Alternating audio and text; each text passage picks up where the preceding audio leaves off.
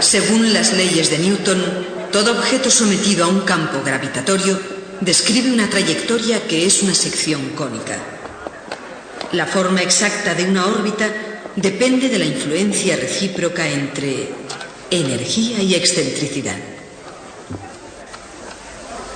Ahora ya estamos en condiciones de ver por qué las órbitas del espacio siguen secciones cónicas.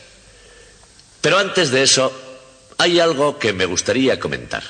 Las secciones cónicas no solo tienen propiedades matemáticas, sino también propiedades gramaticales. Es decir, para cada sección cónica hay una correspondiente construcción gramatical de la lengua. Para elipse tenemos elipsis. Para parábola, parábola.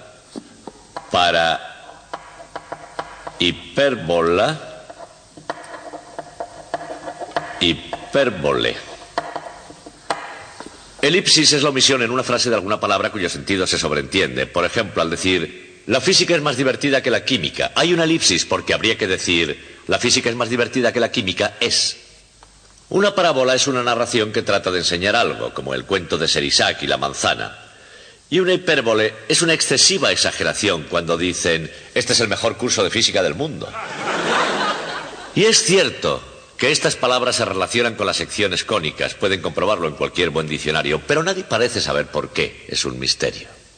Sin embargo, hoy me gustaría examinar detalladamente otro misterio mucho más profundo que ese. Recuerdo que una vez, cuando yo era suficientemente mayor como para conocer las secciones cónicas, pero no tanto como para conocer a Isaac Newton, fui a ver una exposición en el planetario. Y allí estaba expuesto que todos los cuerpos que volaban por el espacio, planetas, meteoros, asteroides, seguían unas trayectorias que eran o elipses, o parábolas, o hipérbolas. Recuerdo haber quedado anonadado con aquello. ¿Por qué aquellos cuerpos volaban siguiendo unas curvas de propiedades matemáticas tan especiales? El hecho es verdaderamente asombroso, porque eso nos sitúa frente al mismo misterio que ha atemorizado al mundo desde Galileo hasta Albert Einstein. La naturaleza obedece a las matemáticas. Hoy nuestra tarea es hacer las matemáticas a las que la naturaleza obedeció al crear el sistema solar.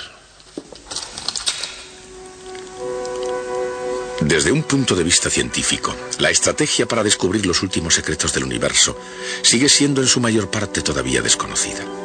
Pero los científicos saben que la estrategia tiene algo que ver con la lógica, con los intentos y los errores, con el correr riesgos y llegar hasta el límite. Si se mira bajo un cierto ángulo, no solo la estrategia, sino el propio universo puede resultar una especie de juego cósmico, o un juego en el que se participa durante el más largo tiempo y con las apuestas más altas. A veces, las condiciones del juego no han sido las más propicias. Ha habido guerras, pobreza y mala salud. Ha habido la amenaza de tortura. Pero sin importar los obstáculos o las ventajas, siempre ha habido grandes jugadores, científicos como Kepler y Galileo, que han tenido que jugar el juego para convencerse a sí mismos sobre las reglas del juego. Es un juego de serias consecuencias, pero como la guerra de las galaxias, como una mano de póker o una atacada de 8 bolas. Un juego, sin embargo. Después de todo, el conocimiento humano, como en muchos juegos, evoluciona con creciente habilidad. Y la recompensa de la ciencia se paga con moneda matemática. Por supuesto, no todos los juegos requieren de un genio.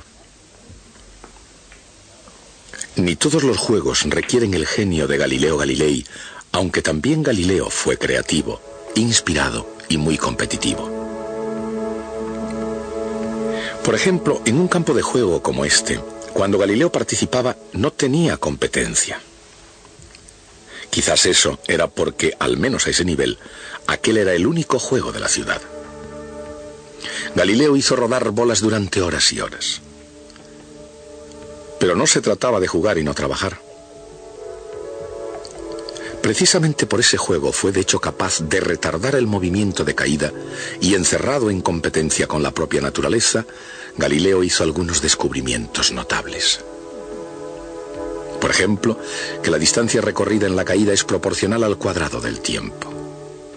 Aunque todos los cuerpos, incluso el suyo propio, caigan con la misma aceleración constante. Galileo surgió para hacer muchos otros importantes descubrimientos. En Europa, hacia finales del siglo XVI, otro astrónomo jugó también con otra colección de juguetes. Su nombre era Tycho Brahe, y sus juguetes eran sextantes y cuadrantes diseñados y fabricados por él mismo. Igual que Galileo con el plano inclinado, el juego de Tycho reinterpretaba las reglas que gobiernan el universo. De hecho, la propia estrategia sería vuelta a escribir porque en 1600 Johannes Kepler se sentó también a jugar. En este juego, y especialmente en Tycho Brahe, Kepler encontró un contrincante. Después de casi 2 años, algo de buena suerte se cruzó en el camino de Kepler. Esa suerte en la forma de observaciones celestes de Tycho Brahe mantuvo a Kepler en la mesa de juego durante casi 3 décadas. El comienzo del juego no fue fácil, y de algún modo, cuanto más jugaba él, más complicado lo tenía.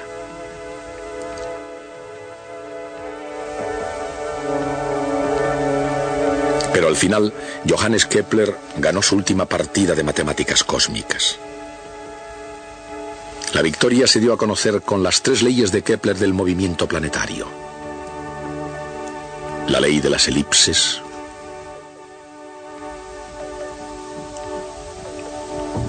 la ley de las áreas iguales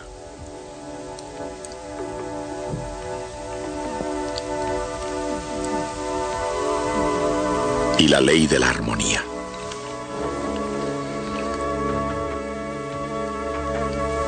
Isaac Newton puliría estas leyes hasta la perfección.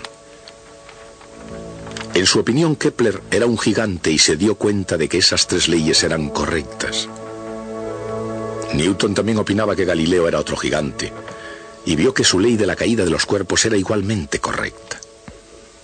Pero en la ciencia, como en la historia, el momento adecuado lo es todo. Se requirieron la época de Newton y su genio para poder explicar por qué eran correctas. Newton explicó las leyes de Galileo y de Kepler, deduciéndolas de sus propias leyes, la de la gravedad y la del movimiento. Debido a esas leyes, la ecuación de la órbita de la Tierra es la de una sección cónica y, en particular, la de una elipse.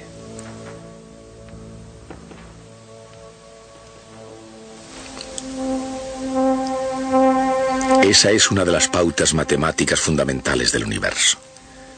Los planetas se mueven en elipses determinadas por el momento cinético. La masa del planeta, la masa del Sol y la excentricidad de la órbita.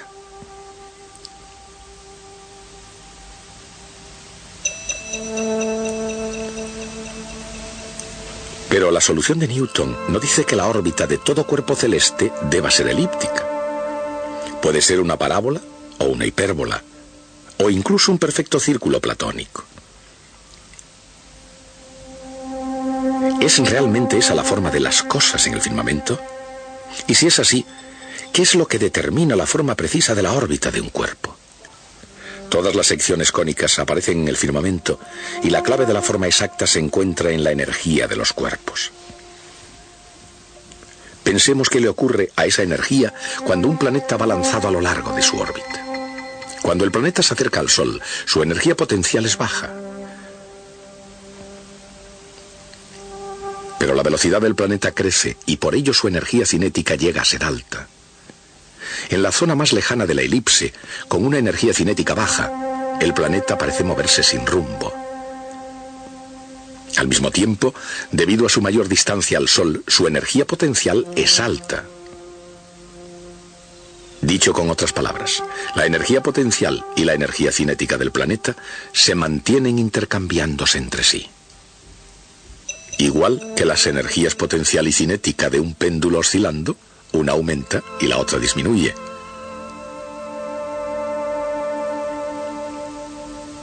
Sin embargo, como el planeta se mueve en un vacío sin ninguna resistencia, la energía total no varía.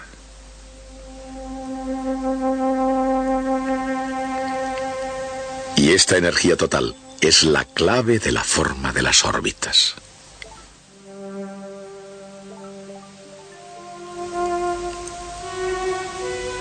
La búsqueda para hallar las formas de las órbitas se había emprendido mucho antes del intento de Kepler.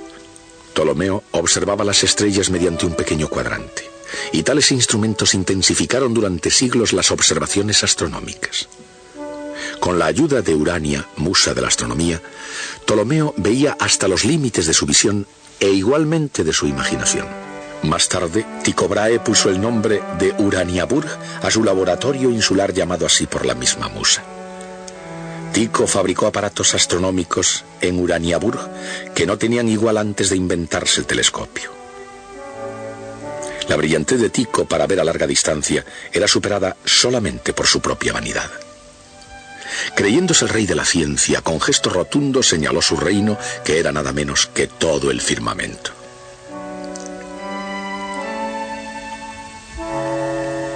Con instrumentos casi tan fuertes como su sentido de autovalía, Tycho estaba muy por encima de cualquier otro astrónomo sobre la Tierra. Sus 2 minutos de arco, que equivalen a 1/15 del diámetro de la Luna vista desde la Tierra, representaba una precisión 5 veces mayor que cualquier otra medición en la historia. Solo después del año 1609, cuando Galileo miraba a través de su telescopio, la visión astronómica mejoró hasta un cierto grado. Y ha mejorado considerablemente. Con los radiotelescopios, la precisión ha aumentado hasta 1 milésima de segundo de arco. En una perspectiva humana, eso es algo así como el ancho de un cabello visto a una distancia de 10 kilómetros. Combinando potencia y precisión con los telescopios modernos, se pueden ver innumerables objetos que antes, de ahora, solo se podían ver en los sueños de los astrónomos. Por ejemplo, Plutón.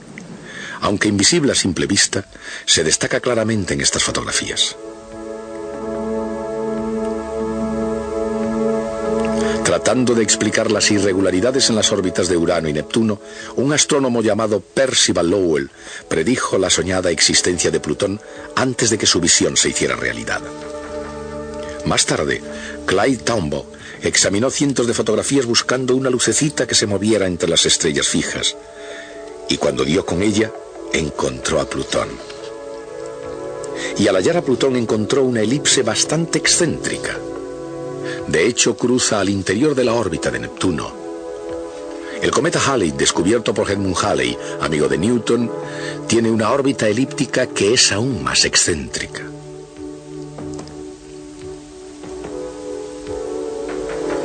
Esas órbitas están en marcado contraste con las de Venus y la Tierra, que van alrededor del Sol de una forma casi circular. Pero todas ellas, elípticas o casi redondas, son trayectorias de energía constante. Este hecho es nada menos que un milagro matemático.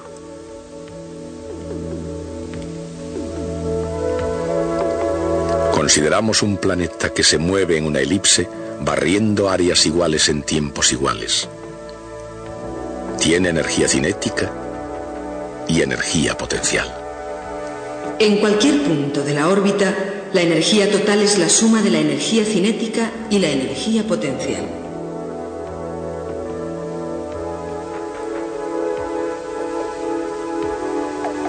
Primero calculemos la energía potencial.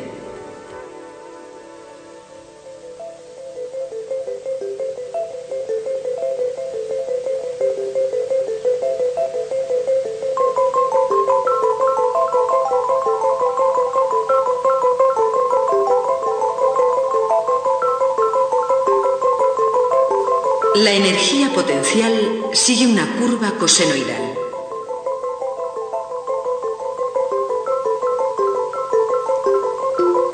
Ahora calculemos la energía cinética.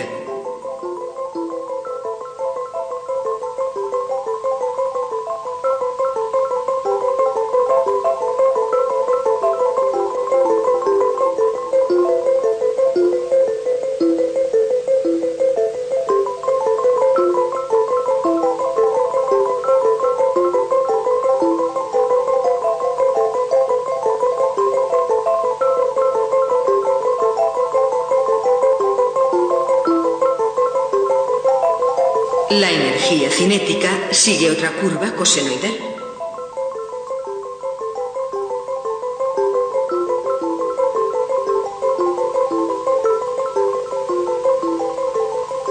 La energía total, cinética más potencial, es constante.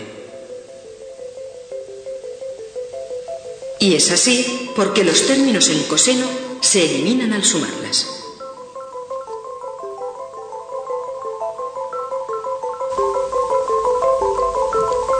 Y esa es la relación entre energía y excentricidad. Es cierta para una hipérbola, una parábola y una elipse. Naturalmente, el descubrimiento de Johannes Kepler de que las órbitas planetarias fueran elípticas no se basó en las observaciones a través del telescopio. Incluso antes de la existencia del más elemental telescopio, Kepler había hecho sus descubrimientos basándose en observaciones puramente humanas. Y tanto los ojos como las observaciones eran los de Tycho Brahe.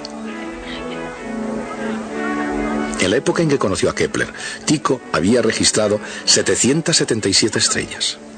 Puede parecer que no son muchas si se piensa en el número total de estrellas en el cielo, pero como Johannes Kepler sabía, ese es el número total de estrellas que se pueden divisar a simple vista. Cuando Kepler le pidió que le dejara consultar sus datos, Tycho le invitó a dar un paseo.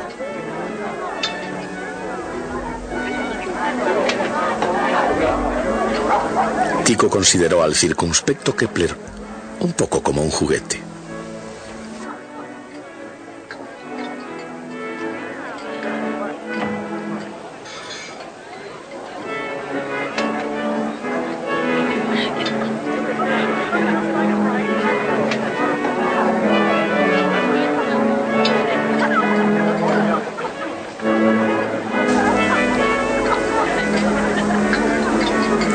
El juego, que fue diseñado tan inteligentemente como todos sus instrumentos, era una versión de Tycho de un juego infantil en el que se imita al que va en cabeza, juego que Kepler no podía empezar a jugar sin las observaciones.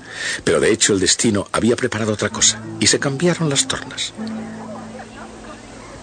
En su última voluntad, rogó a Kepler que tomara sus datos e hiciera buen uso de ellos y que diera fin al juego más serio de sus vidas.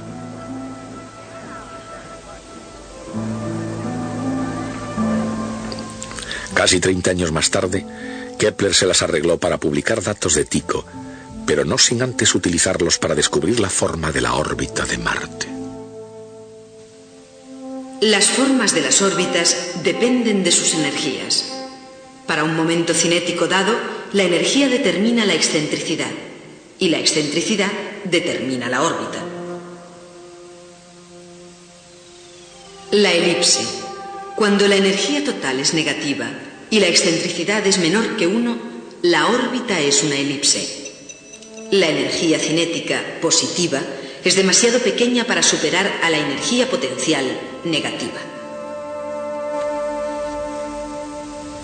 Por lo tanto, atrapado en una órbita cerrada, el cuerpo nunca puede escapar del sistema solar. La parábola. Cuando la energía total es 0 y la excentricidad es exactamente 1, la órbita es una parábola.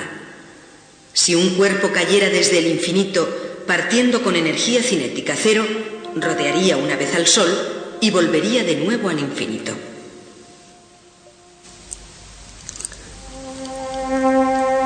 Es altamente improbable que la energía cinética positiva y la energía potencial negativa se compensen de ese modo, pero es posible.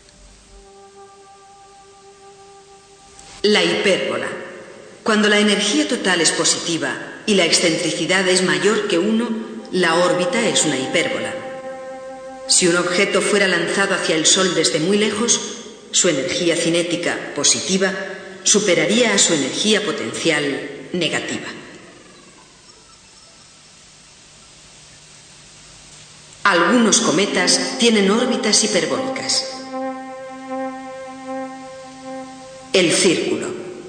Si la energía tiene un valor especial, la excentricidad es 0. La órbita es un círculo perfecto. Esa es la más baja energía que puede tener un planeta para un determinado momento cinético.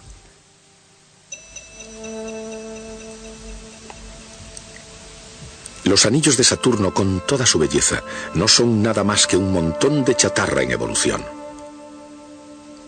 Residuos cósmicos en continua fricción por 1000 millones de años. Como resultado de todos esos roces y contusiones, sus órbitas se fueron desconchando de tropiezo en tropiezo hasta ser unos círculos suaves y agradables.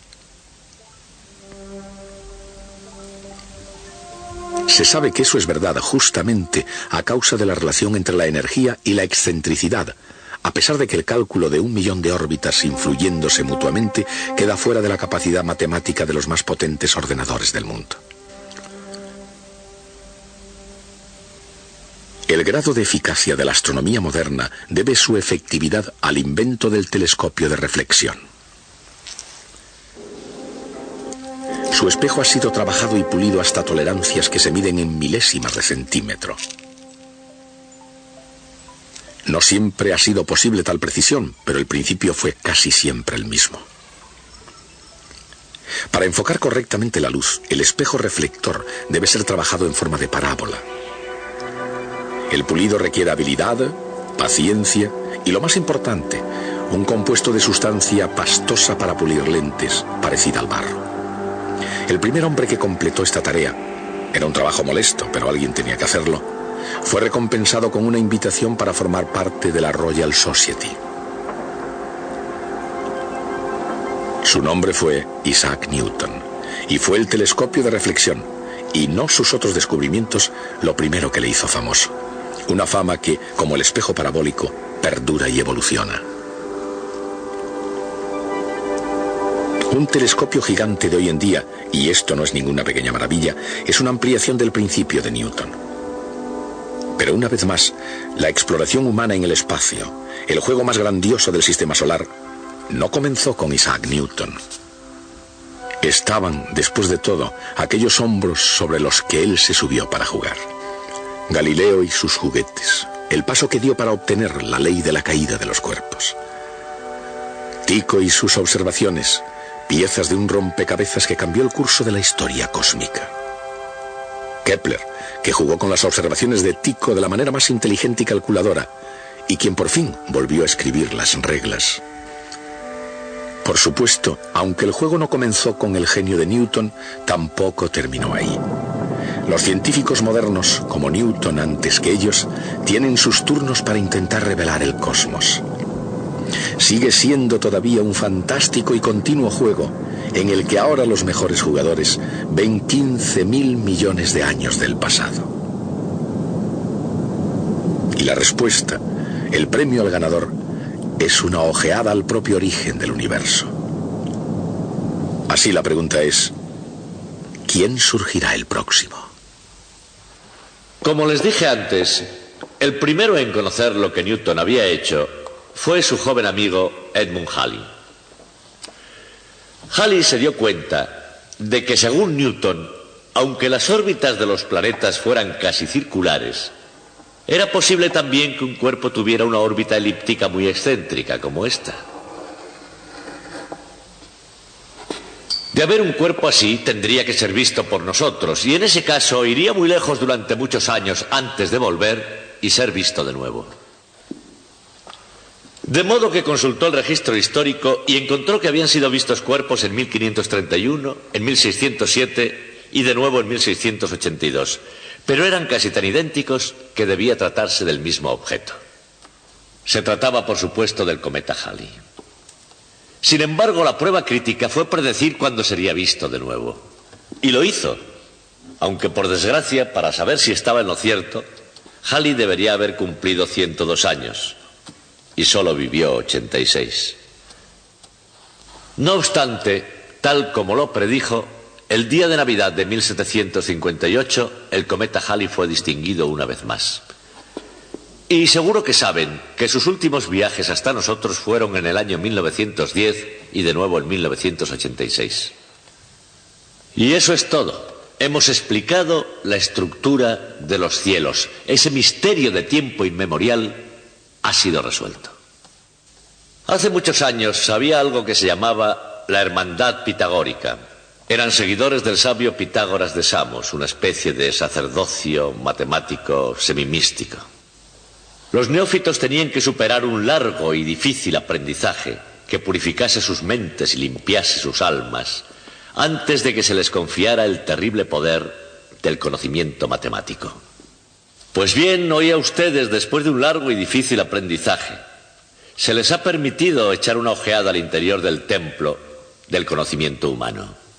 Espero que hagan buen uso de ese poder y lo aprovechen ahora para alargarse. La excentricidad de una órbita depende de la energía del cuerpo que se mueve. Energía negativa significa una órbita elíptica. Cuando el total de energía es cero, la órbita es una parábola. Cuando la energía total es positiva, la órbita es hiperbólica.